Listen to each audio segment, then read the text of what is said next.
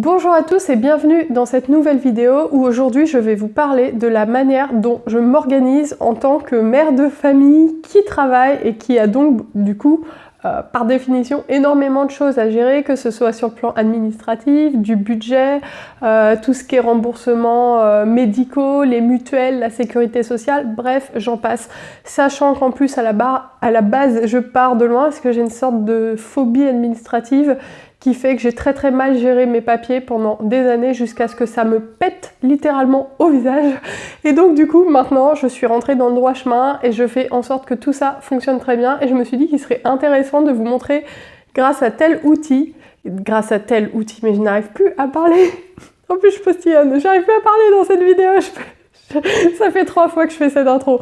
Bref, grâce à mon life planner de la marque Erin Condren que j'ai eu en cadeau à Noël dernier, pour celles qui me suivaient déjà, vous vous en souvenez peut-être.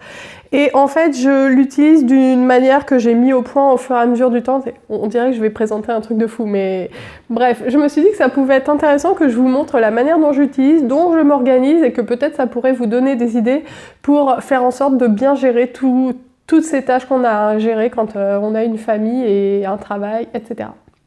Alors, il se présente comme ceci, donc c'est des pochettes plastiques au départ, il est très brillant, très joli, il est même à mon nom, bon j'ai un petit peu masqué quand même parce qu'avec tous les fans que j'ai partout, il faudrait pas qu'on me retrouve, je plaisante. Et donc ici c'est plastifié, vous pouvez écrire vos tâches que vous avez à faire avec un stylo qui s'efface, bon moi je m'en sers pas, j'avoue. Ensuite, je vais très vite parce que vraiment le but c'est pas forcément de présenter l'agenda, il y a plein de vidéos là-dessus sur internet, il y a beaucoup de filles qui font des vidéos sur les life planners. Donc là il y a d'abord un calendrier sur l'année que vous pouvez remplir avec vos vacances, etc. Moi je le fais pas. Ensuite vous avez des endroits où vous pouvez mettre ce que vous avez envie de faire, vos objectifs de l'année, etc. en mode un peu bullet journal, etc. Mais moi j'ai pas d'objectif dans la vie, donc voilà, j'ai arrêté. Et donc voilà, on va commencer par la manière dont ça s'organise et que je trouve très intéressante, c'est que vous avez tout d'abord un point mensuel. J'ai essayé de trouver un mois où il n'y avait pas trop de trucs personnels, mais par exemple, vous voyez, sur le mois de mai, on a une vision sur tout le mois. Donc moi, pour moi, c'est vraiment très pratique d'avoir toujours une vision sur le mois pour pas oublier mes rendez-vous. Donc en fait, je marque tous mes rendez-vous, bien sûr en bonne salariée qui se respecte, je mets 6 mois à l'avance tous les jours fériés, c'est important. Les réunions vraiment importantes. J'avais déjà un rendez-vous avec Annie Davray en mai dernier, tiens, c'est marrant. Et tous les sorties importantes, etc. Et aussi, je note aussi quand j'ai eu des médecins pour me souvenir quand il y a un remboursement, pour savoir exactement quand est-ce que j'y suis allée et pourquoi. Donc en fait, je trouve que cette vision mensuelle est vraiment importante pour moi et c'est pour ça que cet agenda me plaît beaucoup. Ensuite, on passe à la vision sur la semaine. Donc je vais vous expliquer un peu comment je m'organise dans le travail parce que je trouve que c'est assez intéressant. J'ai mis plusieurs mois à mettre ce truc au point. Vous allez voir, il n'y a rien d'exceptionnel. Donc en fait, avec ces agendas-là, on peut avoir plusieurs solutions. Soit vous avez toutes les heures qui sont notées, soit vous pouvez les personnaliser et avoir 3 cases. Par exemple, pour les Américains qui sont au lycée, ils ont souvent une activité le matin, des cours l'après-midi et puis une activité l'après-midi. Moi, je préfère un truc avec tous les horaires, comme ça, je peux vraiment planifier toutes mes réunions. Je regarde s'il n'y a pas des trucs trop personnels, des informations un peu sensibles, mais non, ça va. Et en fait, ce que je fais, donc là, ça va être plus pour mon organisation du travail, c'est que toutes les tâches que j'ai à faire sur la semaine, qui sont importantes, je les mets ici, en fait. Et quand elles sont faites, je les remplis d'un point. Pour moi, c'est hyper important de faire ça parce qu'en fait, pendant les 10 derniers mois, j'avais un poste de direction R&D et j'avais beaucoup de choses à gérer. Et en fait, si je faisais pas ça, tout simplement, j'oubliais parce que je recevais beaucoup de mails par jour et tout. Et si je me mettais pas au moins les 10 points importants de la semaine, vous pouviez être sûr que 3 jours après, c'était perdu, j'avais complètement oublié, donc voilà. Et en plus, ce que je fais, vu que j'arrive à 9h le matin, en fait, je fais un trait avant. et je me mets les tâches les plus importantes de la journée. Donc là, on dirait que j'ai rien à faire, la fille a 3 tâches. En gros, je mets pas tous les petits trucs, genre c'est pas dès que j'écris un mail que je me mets une tâche, mais si j'ai 3 tâches vraiment importantes dans la journée, ben, je vais me les mettre et je vais essayer de les faire, pareil, pour pas les oublier. Et si je les ai pas fait, je les reporte au lendemain. Ensuite, pour l'organisation plus de la famille, de toutes les choses que j'ai à faire, etc., en fin de mois, vous avez toujours une section comme ça, qui est pour faire ce que vous voulez. Et en fait, moi, je me fais ma liste des tâches que j'ai à faire dans le mois. Sachant que vous pouvez aussi très bien le mettre ici, dans le planning mensuel, vous pouvez mettre la liste des tâches. Mais moi, je préfère avoir de la place pour écrire parce que je ne sais pas écrire tous les trucs que j'ai à faire en 2 cm. Et en fait, vous voyez, je vais me mettre par exemple les remboursements à vérifier. Quand je sais que j'ai eu des rendez-vous chez le médecin, ou Sophie qui a toujours des rendez-vous chez le médecin, bah, je vais mettre vérifier remboursement tel médecin, vérifier le remboursement d'une commande. Là, je sais que j'avais par exemple des bilans sanguins, faire thyroïde, une échographie de la thyroïde, la fille qui va raconter sa vie de malade en même temps, mais j'ai un petit nodule à la thyroïde, bref, on s'en fout. Eh bien, je me le note pour être sûre de ne pas oublier, parce que c'est pareil, c'est tellement des trucs que j'ai pas envie de faire, que c'est des sortes d'actes manqués, genre j'ai la prescription et après je le fais jamais. Donc là, je me le note. Et si je ne l'ai pas fait, parce que croyez-moi, ça arrive souvent que je ne l'ai pas fait quand même, eh bien je me le note sur le mois d'après, comme ça je ne peux pas l'oublier. Et ça, je trouve que c'est vraiment bien, parce que quand on a plein de trucs à gérer et tout, vous voyez, mon copain, il fait pas ça par exemple, et bah, il retient rien en fait. Et heureusement que c'est moi qui gère tous ces trucs-là finalement, parce que bah, sinon, lui, il retient pas parce qu'il note pas et il a pas d'agenda, faudrait peut-être que je lui en offre un. La fille qui a de l'espoir, tu sais.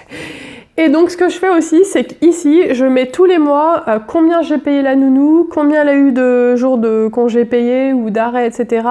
Et les frais de nourriture et d'entretien, puisque ça, c'est quelque chose d'important pour les impôts, savoir combien de repas ont été payés, etc. À la fin de l'agenda, vous avez toute une section notes où vous pouvez, donc c'est sur plusieurs pages, noter beaucoup de choses. Donc en fait, moi, ce que je fais, donc c'est pareil, ça va énormément vous intéresser, je plaisante, c'est que je mets toutes les sommes de combien j'ai payé la nounou, les remboursements que j'ai eus par la CAF et combien j'ai payé réellement, parce que j'ai envie de savoir avec le crédit d'impôt combien ça va me coûter en réel en fait. Donc comme ça, je mets tous les mois, j'ai une traçabilité sur les remboursements CAF que j'ai eus, sur ce que j'ai payé réellement, et en fait, une fois que j'aurai un crédit d'impôt, j'essaierai de voir combien elle me coûte réellement cette nounou, parce que quand même, c'est au moins 800 € tous les mois cette histoire. Alors, je disais ensuite, j'ai une section avec ce qu'on dépense par mois dans les différents secteurs. Alors, j'ai une application que j'adore. Alors, je vais faire comme toutes les youtubeuses, je vais vous faire une pub pour une application bancaire. Sauf que moi, j'ai pas eu de l'argent pour le faire. En fait, j'ai téléchargé Banking. Et je trouve ça vachement bien parce qu'en fait, tu peux ranger par catégorie ce que tu as dépensé, et en bonne pixou qui se respecte. J'aime bien savoir, par exemple, combien j'ai dépensé pour les courses, combien j'ai dépensé en resto. Oui, parce que nous, on a un budget resto, on est un couple de Saoudiens. Et donc, en fait, vous voyez, là, j'ai mon budget courses, et il y a certains mois, je me dis, ah ouais, là, t'as déconné, en fait. Mais, et pareil, les restos, je le fais au fur et à mesure du mois avec Banking. Alors, je le note à la fin du mois. Vous allez dire pourquoi le noter, c'est trop tard. Mais c'est pour avoir un peu une estimation de ce qu'on fait si on commence à déconner parce qu'on dépense trop en resto. Voilà, c'est un moyen que j'ai de contrôle. Vous pouvez vous dire, elle va tous les jours au resto, mais non, même pas, on y va une fois par semaine. Et en plus, on prend en emporter parce qu'avec Fussy Sophia, on ne s'amuse plus à aller au resto.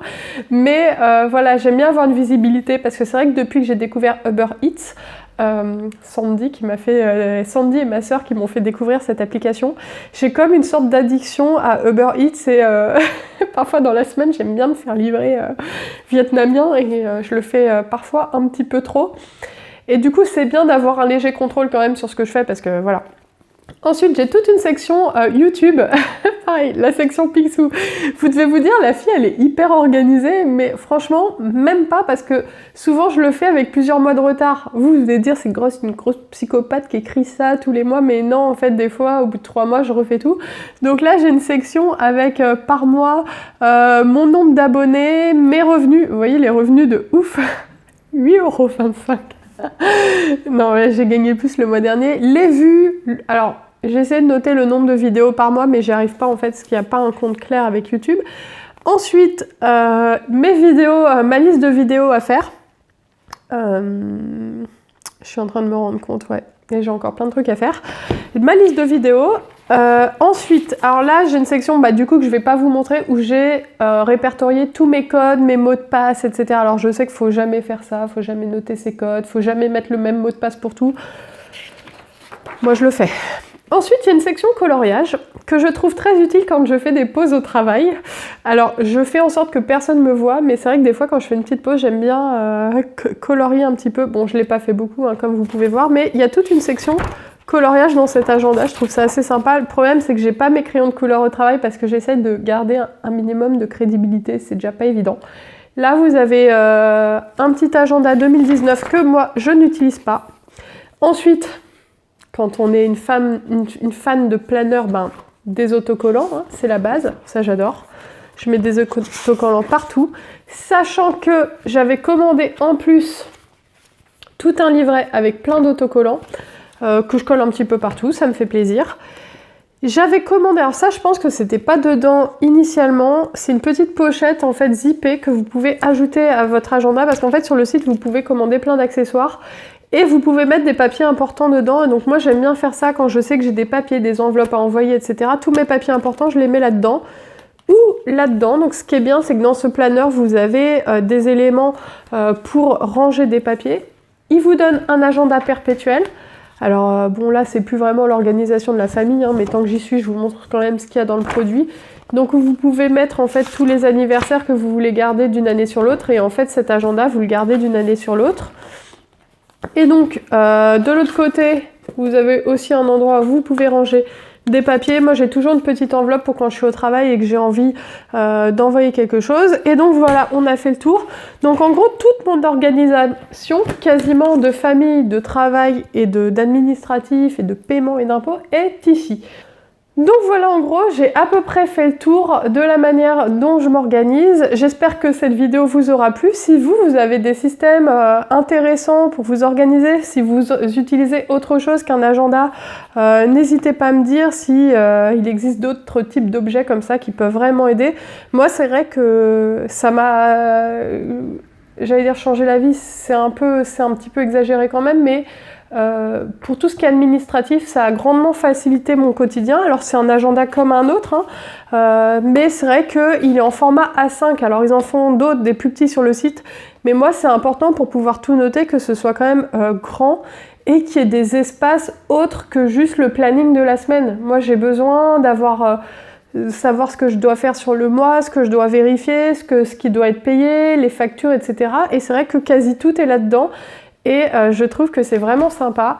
Donc, si cette vidéo vous a plu et que vous aimez les jolis sacrés de Birmanie, n'hésitez pas à mettre un beau like pour le sacré. Et si vous voulez le revoir un jour en vidéo, n'hésitez pas à vous abonner.